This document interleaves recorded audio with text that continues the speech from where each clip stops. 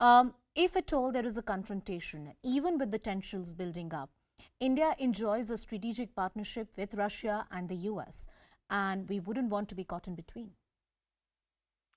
Well, Anusha, you're right. India may not be indifferent to what is happening, but on the face of it, it will try to be neutral. Hmm. Yes, there are a lot of implications. There are issues. For example, as was mentioned earlier, that there is this S-400 deal. That's one part of it. There can be issues related to CAATSA sanctions, which are already there. I mean, America is threatening Russia with sanctions. I mean, there are so many sanctions which America has already put on Russia that there is very little impact additional sanctions can have. Secondly, there are a lot of weapon systems that we procure from Russia. Interestingly, many of those weapon systems, some critical components come from Ukraine. Remember, Ukraine's integration with Russian economy is far more than its integration with Europe. Hmm. For example, when we buy warships from Russia, the gas turbines come from Ukraine. The AN-32 upgradation stopped in between because we did not take a stand against Russia during the Crimea annexation issue. So yes, there are challenges, but at the same time, let me tell you, on the face of it, it might seem that the aggressor is Russia.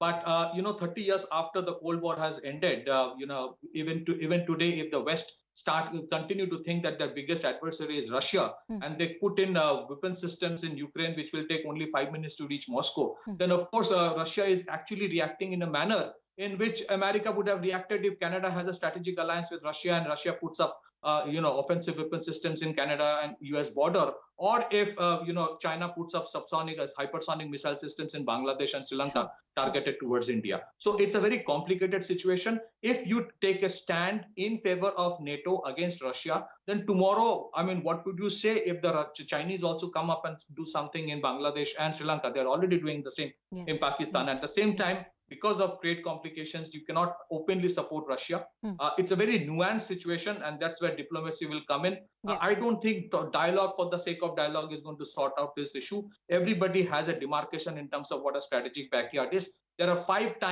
rounds of expansion that NATO has done. It has reached a level where Russia cannot simply, afford anymore. Let me tell you, Anusha, the reality of the war is simple. Who can afford body bags? Russia, everything said and done, economy is not comparable to the combined might of NATO, but still they can afford the body bags back home. The American president, the Western European countries cannot afford the body bags home. So they're not willing to put in soldiers.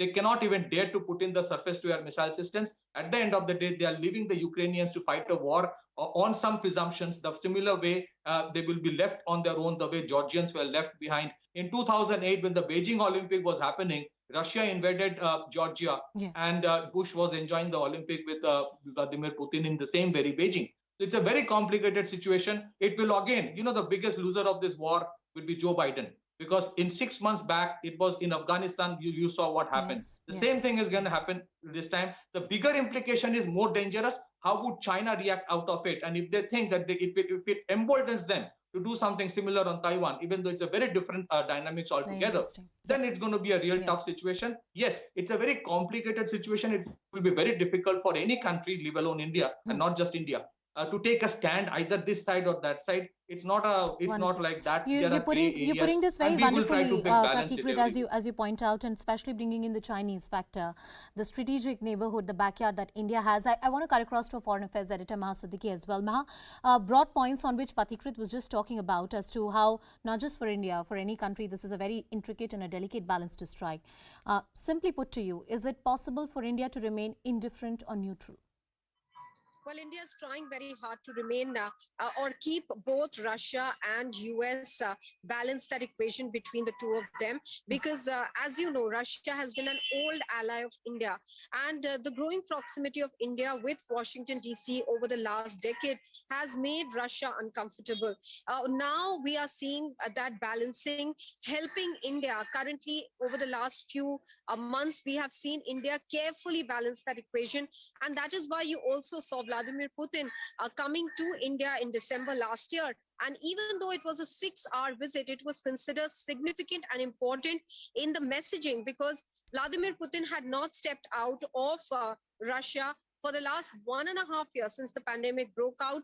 He had only gone to Geneva to meet Joe Biden. So this was only his second visit in the 1.5 years. So it was significant, and the messaging certainly was significant.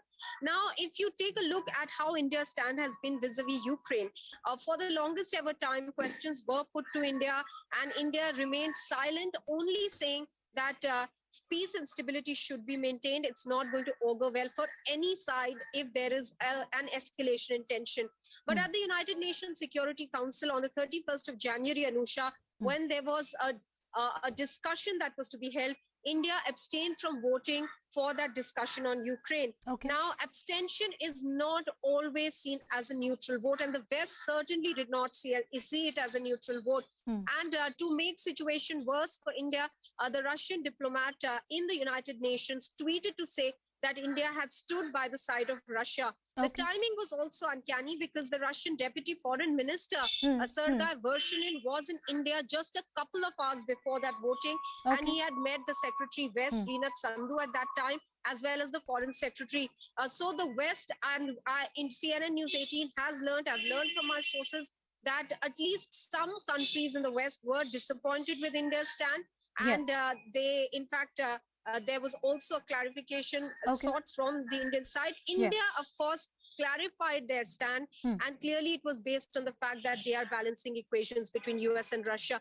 So during the Quad meeting of the foreign ministers, India was not put under pressure to make any statement that would look like it is siding with either Russia or the US, even though Secretary Blinken referred to the Ukraine situation, also equated it to the situation with China, saying that the sovereignty of Ukraine is being challenged, and the Quad has also come together to maintain free, open Indo-Pacific, and hinting at the fact that it is to counter China's aggression, and therefore it falls in the same ambit as to what Russia is doing with Ukraine currently. But India did not join forces in making any statement. So I think India's stand, or India's situation, wherein it wants to maintain a good relationship with both Russia and the US, is being acknowledged by both sides. But how long can India ward off taking any side, and how it will diplomatically try to keep both sides and speak to both sides, keep them in the loop, or be in the loop of things, that remains to be seen. How long can we afford to be in that position, or how long will be able to maintain that neutral position? We have two students, Harsh and Sanjana, both with us on the broadcast. But before I go to them, Ambassador Vishnu Prakash, I'm coming to you. Would you agree with Pathikrit when he says that the biggest loser of all of this could be the legacy of Joe Biden, what we saw in Afghanistan and now what is happening in Ukraine? And also the point of view that Pathikrit was talking about, the Chinese factor. Globally speaking, for an emerging power like China, does the situation in Ukraine and earlier in Afghanistan set a bad precedent? Well, if God forbid conflict breaks out, the only gainer would be China, because it would change the geopolitics. Russia would go into a tighter embrace with China, and countries like India would be challenged to take a position, because both there'd be pressure both from the US as well as Russia, and it will become difficult to remain. I don't think that we are neutral. I think we are being very careful in that we have been emphasizing dialogue, because dialogue is the best way forward. But yes, conflict would only mean that China will gain an upper hand. Now, as far as President Biden is concerned,